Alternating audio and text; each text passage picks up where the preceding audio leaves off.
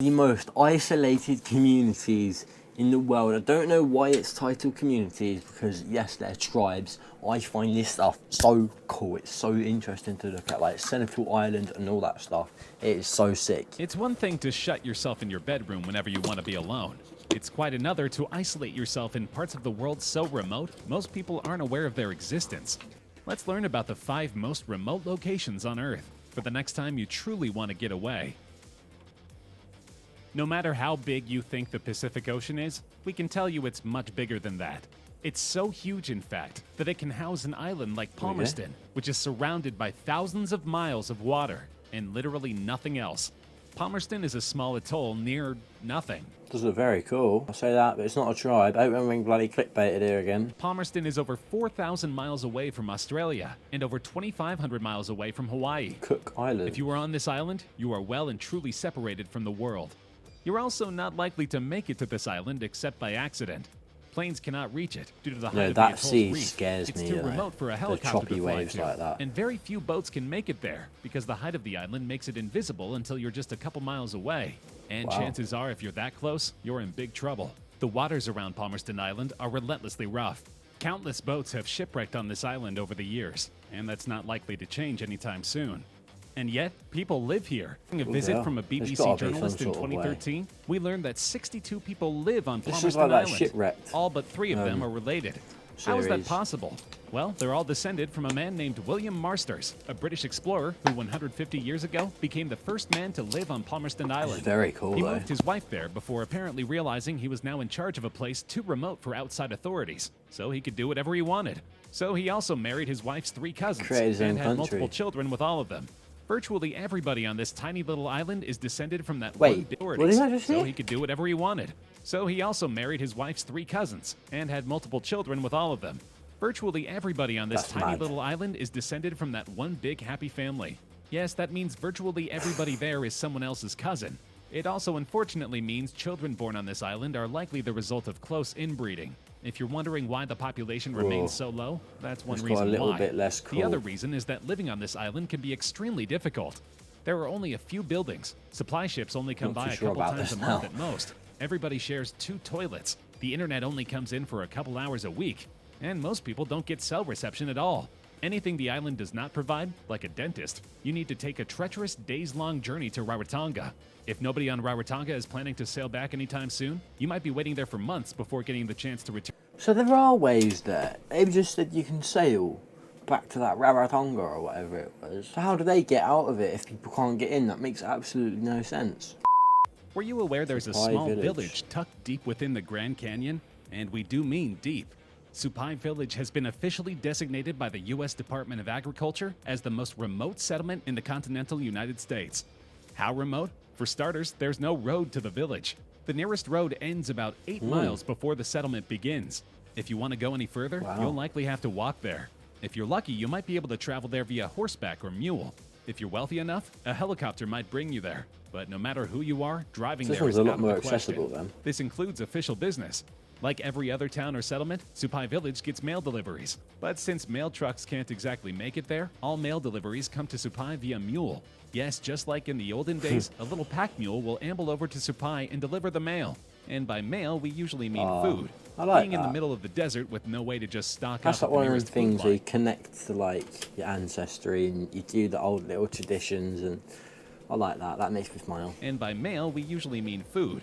Being in the middle of the desert with no way to just stock up at the nearest food lion, Supai Village's only hope of sustenance is when the mules arrive. Currently, about 200 members of the 650 Havasupai Native Americans live here. That's despite. So they wait for the mules to arrive with their mail and then they eat them. They're eating the mailman, bro. That's out of order.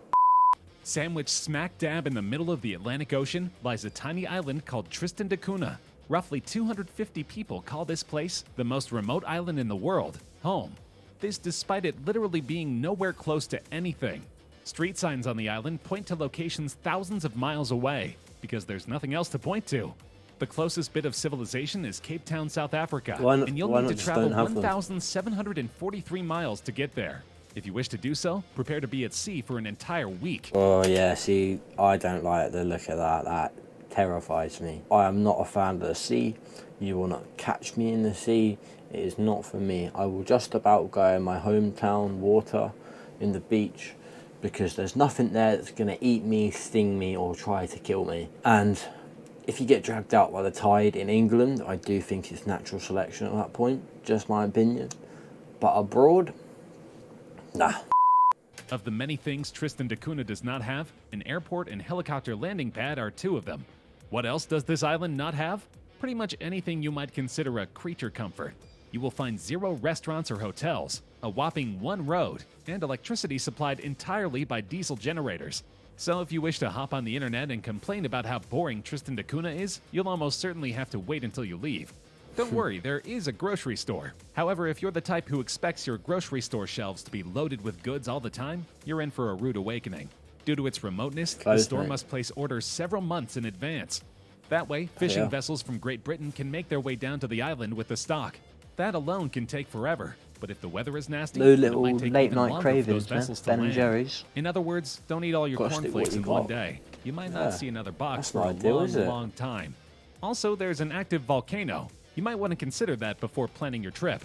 It doesn't erupt all the time, but it has done so in recent memory. In 1961, a mountain blew its top and sent everyone on the island scurrying to England to wait it out. It took over 2 years for geologists to be able to get to the island and declare it fit for living once again. Of course, if having no restaurants or Wi-Fi and the constant threat of fiery lava death isn't your idea of living, you've probably already decided to visit England instead. Can't say we blame you. It seems the problem with most of these places isn't that they're like isolated communities, as the title says. Like, that's fine. It's fine to not have access to the internet, but it's more the fact of getting supplies in. Like the one where you couldn't get the boat in easily and you had to wait a while to like get out if you needed treatment or to go to the dentist. This one, to get food, you need to wait 3 months. Like, that's the bit that's not ideal. I could live without the internet and have a very happy, fulfilling life, but I couldn't wait 3 months for my tub and Ben and Jerry's.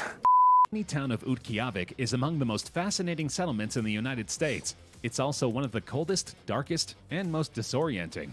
Located at the northern tip of Alaska, just 300 miles from the Arctic Circle, Utqiagvik is the northernmost inhabited area in the entire United States. As a result, it's freezing cold there, even for Alaskan standards. From early October to late May, the average temperature stays below freezing. During the winter months, temperatures can dip down to a dangerous -35 degrees. At that point, just a few minutes outside can trigger frostbite. Yeah, that's crazy. If you're spending like 5 minutes outside and catching frostbite, you need to move. During the winter months, temperatures can dip down to a dangerous -35 degrees. At that point, just a few minutes outside can trigger frostbite. But that's nothing compared to the single most fascinating part of Utqiagvik. It's polar night. Between late November and late January, the sun does not rise above the Alaskan horizon. It simply sets one night and does not rise for another 65 days.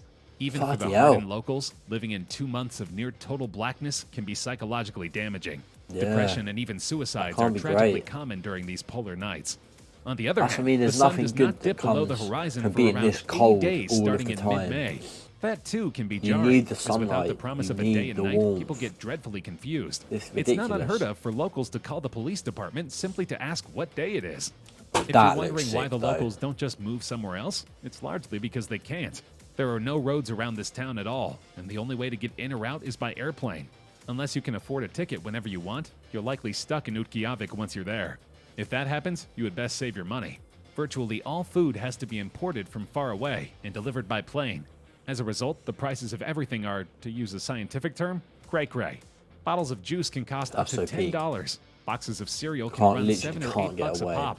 And one local restaurant charges well over $20 for a plate of wings. All of this, of course, presumes the food survives long enough to make it on the shelf.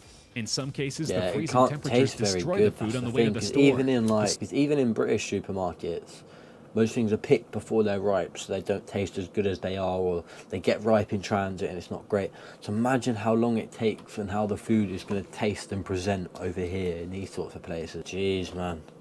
That last one was rough. I thought it didn't look too bad from the wide angle shots, but one of the worst ones, you know.